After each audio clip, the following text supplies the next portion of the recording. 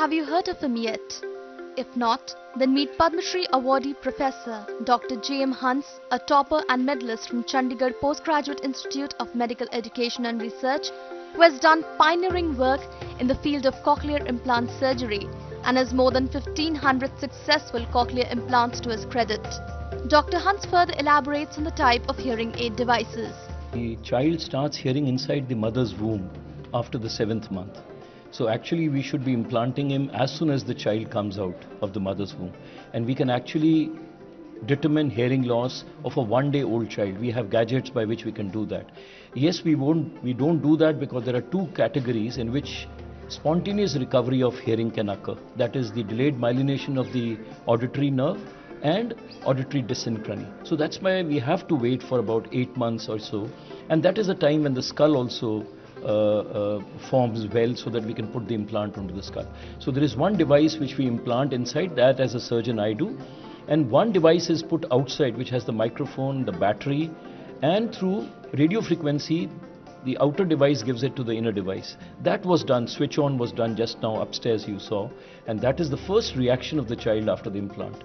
So there are a group of people. I mean, it starts from Bretley, who educates people. It then comes to me, I operate, and then it comes to the habilitation and the switch on people. So it's a big teamwork to make these children normal. There are many, but at the most the best one we have is Nucleus 6 with Scanzo. So that's a beautiful device, very small. You hardly see it on the skull, and it can be hidden by the hair.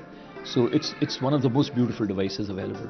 Joining hands with Dr. Hans and championing for this brilliant cause is former Australian cricketer Brett Lee. Lee, who has been appointed as the global brand ambassador of Cochlear, the hearing implant maker, said it was an initiative to spread the word about these treatments to the public. Firstly, it's great to be back over in India, here on behalf of Cochlear, and obviously here with Dr. Hans, who's a legend of the industry, has done over 2,000 surgeries on children and people here in India. Look, to me, my role as a global ambassador for hearing loss and working with Cochlear is to spread awareness and to make sure that everyone should have the same opportunity as when I was born. I was born with normal hearing, very lucky, but a lot of children around the world aren't. There's 360 million people around the world with some form of hearing loss. So we want to make sure that every single child has got the same opportunity as when I've grown up. Dr. Hans, who had pioneered the minimally invasive technique for cochlear implantation in India, has facilitated more than dozens of children with hearing.